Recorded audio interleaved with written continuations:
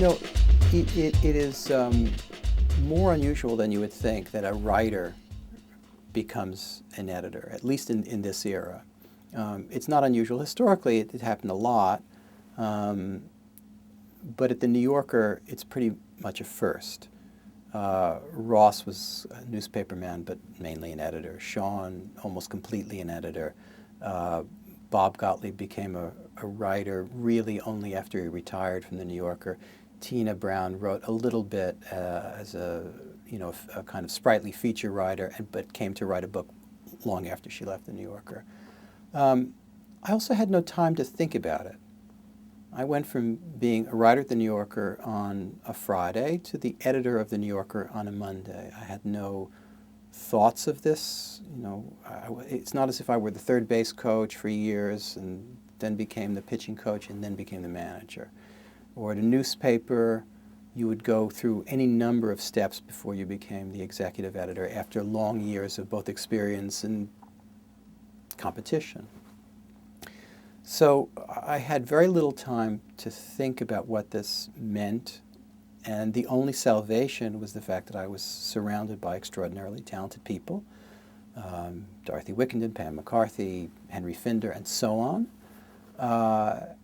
and that the magazine knew what it was about, and that I was in concert with that.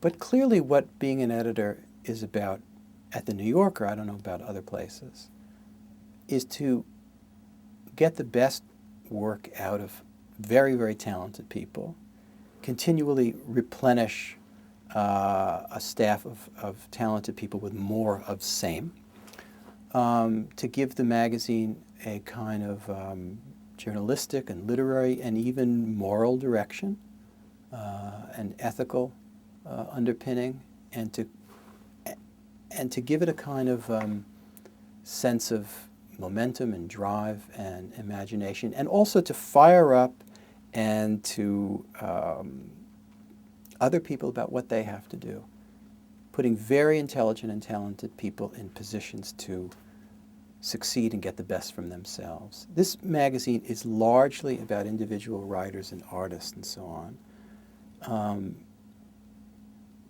coming up with what they do best.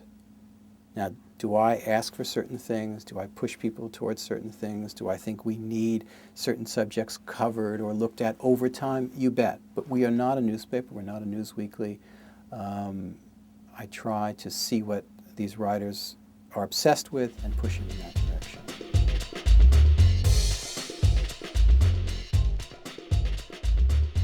Do I miss reporting? I'm fully aware that you can't do everything in life. And each day you get a little older, you realize that this is not just a cliche, but an absolute law of life. If I thought that my not writing, either completely or even a lot, was a great loss to the literary or journalistic world on the scale of Philip Roth or John Updike deciding that suddenly they had to become chefs, I wouldn't do it. The world can live without my writing so much. I do it a little bit.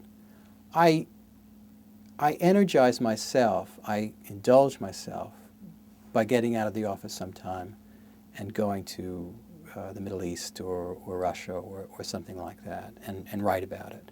But not very often, once, twice a year.